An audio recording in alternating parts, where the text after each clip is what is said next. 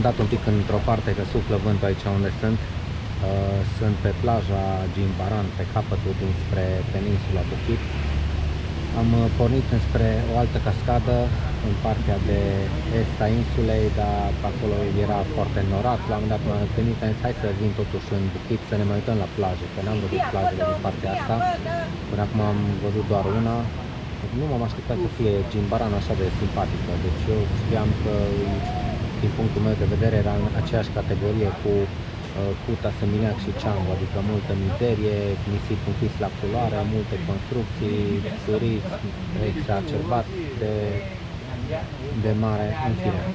Dar e simpatică, cel puțin pe capătul ăsta dinspre peninsula. Practic pe partea dreaptă, cum ajungi la plajă, e aeroportul și pe partea stângă e peninsula Bukit. Aici unde sunt acum sunt niște pescari care urmează să ducă niște năvod în larg și pescuiesc homari. O să-l culeagă mâine dimineață.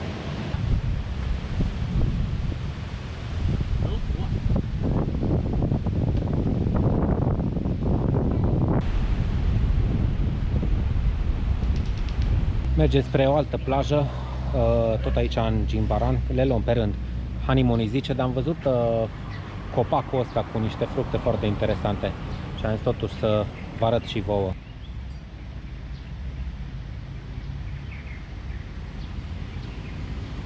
Atârnă de parcă să globuri de Crăciun și așa e unul tăiat, în fine, și murdar. Greu, am crezut că ca niște păstăi, de fapt nu, sunt fructe pline. Dar interesant cum atârnă.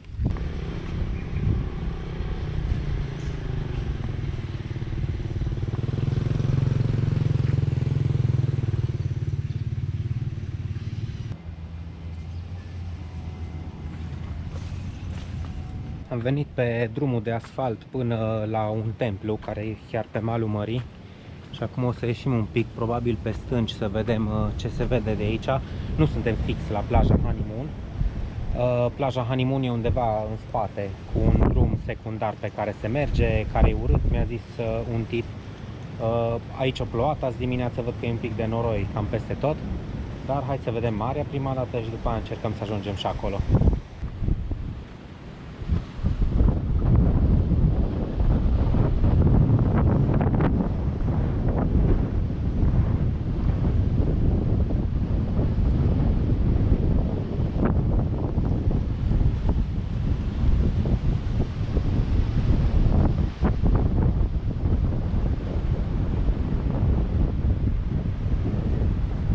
Ok, am văzut.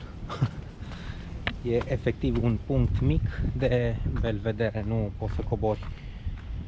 E un perete vertical chiar acolo. Hai că mai încercăm într-un loc. Mă întâlnisem aici în parcare cu un tip care mergea la pescuit și l-am întrebat unde merge.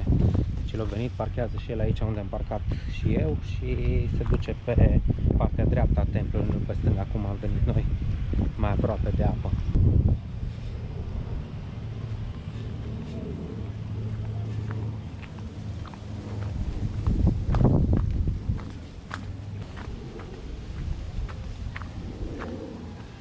Păi ce jeg e aici. Asta zicea tipul că... Asta zicea pescarul că e drumul bun. Uai, ce țigănie. Zici că e o groapă de gunoi pe acolo. Nu mă bag. Era plin și de furnici, puțea sau mirosea oribil. Am găsit poteca ce duce spre plaja Honeymoon. Honeymoon înseamnă lună de miere pentru cei care nu știu engleză. Deci, să vedem. Alo!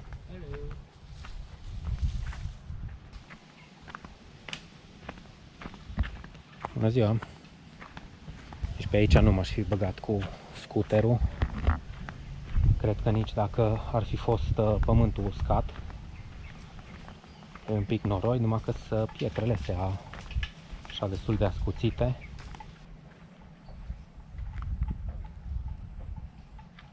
Da, mergem cu grijă. Sunt urme de scutere sau probabil mai degrabă motociclete care au venit.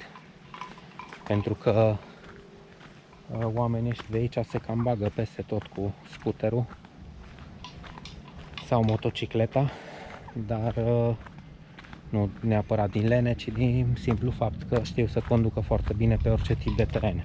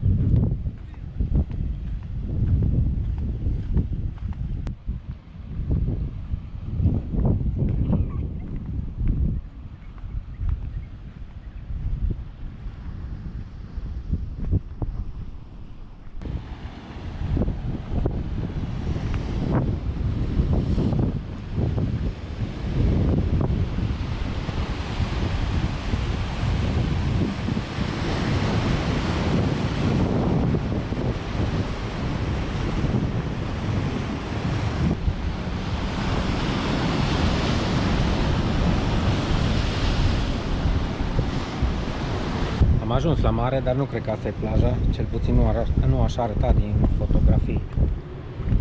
Mai merg un pic încolo pe mal.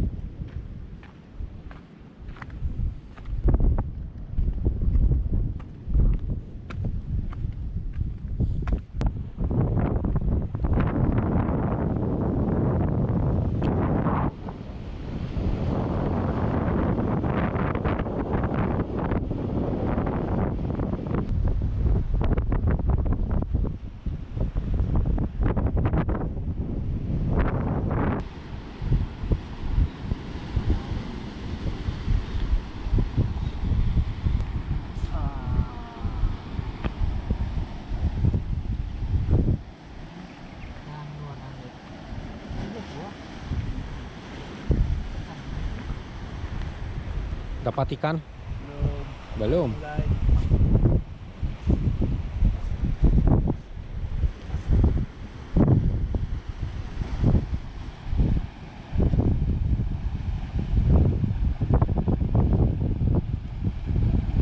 Văd că nu prea are nisip, mai mult stânci.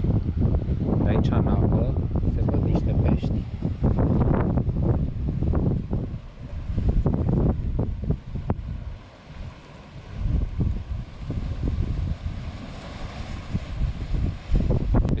Să fie un loc bun pentru snorkeling.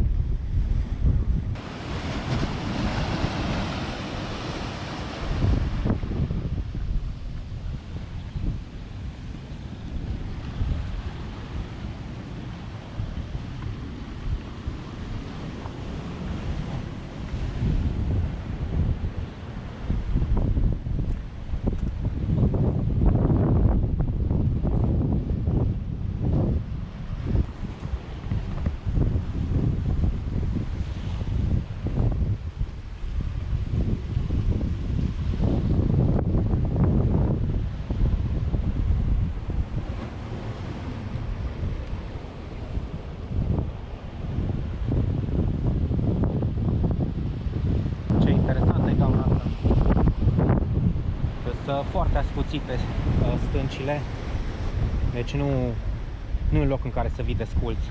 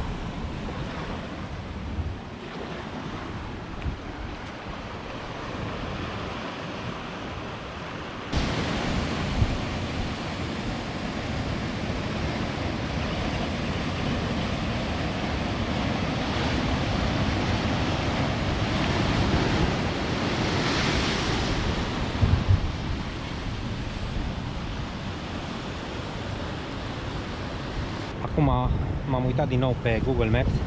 Deci plaja asta la care am stat adineauri se numește Caneco și Honeymoon. E plaja aia unde era cuplul ăla chiar la început când am ajuns. Deci Caneco e în spate, Honeymoon acolo. Acum n-am găsit loc să cobor la Honeymoon. Oricum nu e chiar un loc de lună de miere, că nu poți să faci nicio mișcare aici pe stâncile astea ascuțite. E un loc de pescuit. S-a încălzit un pic afară sau probabil a devenit aerul mai umed. Aici, de exemplu, nu suflă vântul deloc, dar cerul s-a acoperit tot mai mult de nori. S-ar putea să prindem o ploicică, dar cum speranța moare ultima, mergem mai departe să vedem dacă mai găsim, adică dacă sigur mai găsim încă o plajă aici în excursia de astăzi. Deci cel puțin o plajă o să mai vedem.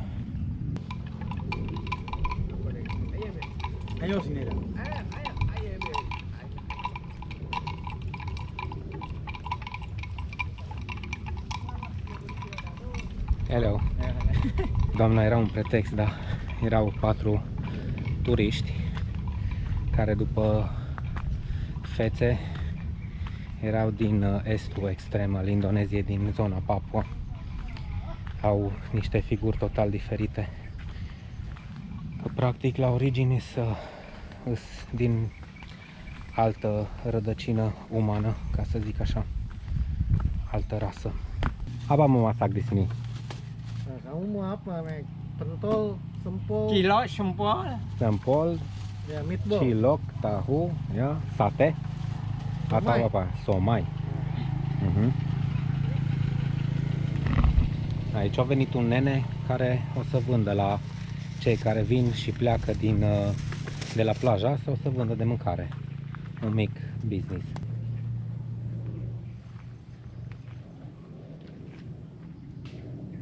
Încerc să ajung la plaja Kubu, dar din câte văd îmi pierd speranța încet, pentru că fie mergem pe un drum foarte nasol, cum e ăsta, am intrat pe el, dar nu o să merg mai departe. Vă arăt și în partea cealaltă cum arată. Plin de gropi, foarte retras și izolat. E dat pe Google Maps ca și hartă, ca și drum de biciclete. În fine, nu știu, cu mountain bike poate poți să mergi pe aici, cu biciclete normale nu. Vă rog, vorbesc. Așa. E vorba deci plaja Kubu e plaja pe care am văzut-o când am fost la Balangan. Dacă n-ați văzut plaja Balangan, puteți să faceți click acum pe filmul care apare în dreapta sus. În urmă cu mai multă vreme am mers la plaja respectivă și în partea dreaptă de acolo se vedea între stânci o altă plajă, care e această plajă Kubu. S-ar putea să nu reușim, eu mai merg în continuare pe drumul pe care teoretic ajung între resorturi. Pe aici e plin de resorturi oricum, care sunt închise cu porți, cu paznici și așa mai departe. Ca și alte locuri din Bali, și peninsula asta Bukit pe care suntem e plină de resorturi și terenuri și case, vile foarte scumpe, se tranzacționează, în fine, au crescut prețurile enorm în ultimii câțiva ani. Bun, lăsăm vorba la o parte, mergem și vedem dacă găsim totuși plaja.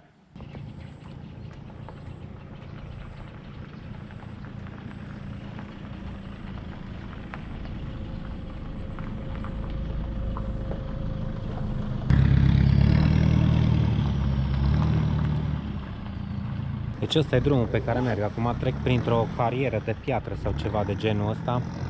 Foarte dubios. Dar n-am zis că merg la plajă. Merg să caut plajă. Deci, asta se va întâmpla în continuare în filmul ăsta. Merg să caut o plajă. Dacă nu o găsim, asta e.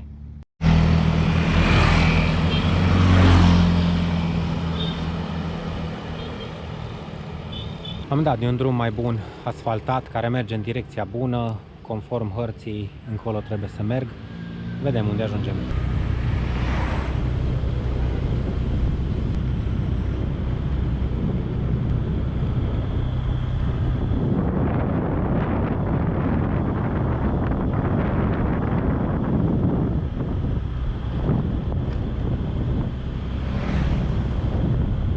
Nu vom vedea nicio plaja Cubu pentru că e o plajă privată. Aici e o parcare, dar e o parcare între resorturi pentru resorturi și ceva beach club-uri și nu știu ce, dar i-am întrebat pe niște localnici de aici, au zis că nu se poate, teoretic printr-un hotel, resort, acolo unde erau fructelele în copac, acolo era intrarea către un resort imens numit Ayana și plaja e la capătul drumului care trece prin resortul Ayana. La poartă nu m-au lăsat să intru, deci Cubu este disponibilă doar în fotografii.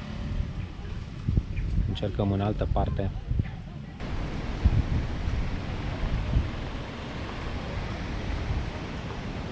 Dacă tot eram aproape de plaja Balangan, că eram, am zis că venim încă o dată, chiar dacă am mai văzut-o, că e o plajă frumoasă, tare frumoasă și oricum o vedem în alt moment a zilei, mai spre aproape de apus. Atunci am fost la amiază, nu era vreme așa cum trebuie, parcă nu mai, la început a fost ok, după care s-a înnorat. Acum vedem plaja Balangan din nou, în alt moment al zilei, în altă zi și în alt an de fapt. Data trecută eram în 2022 când am văzut-o.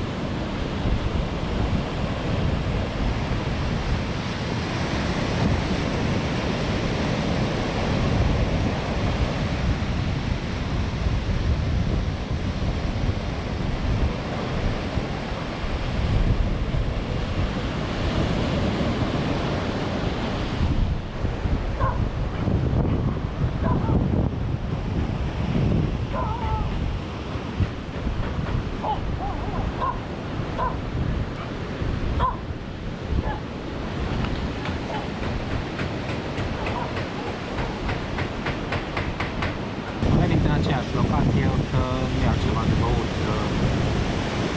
să mă relaxez. Bun, aici o să închei filmul. Aveți grijă de voi, toate cele bune. Să ne vedem cu bine la următor. Ciao!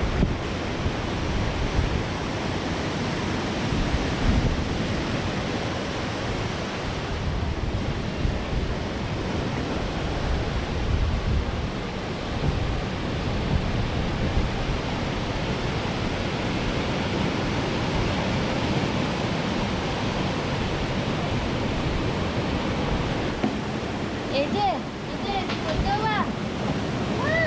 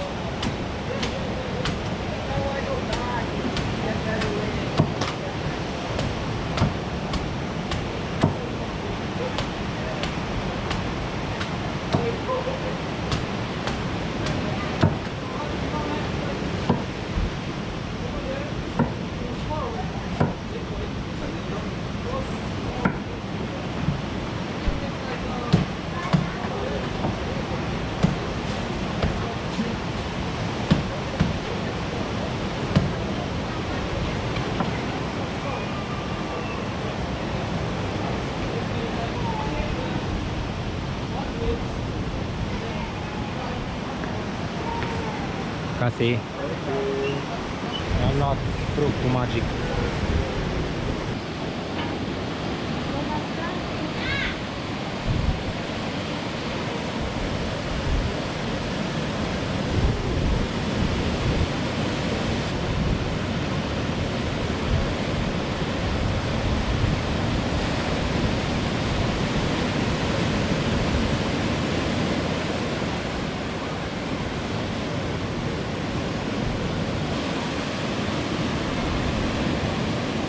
foarte bun fructul ăsta din care dacă e ok interiorul poți să și cureți cu lingura niște fruct. E ca o gelatină, super bună, plus zeamă.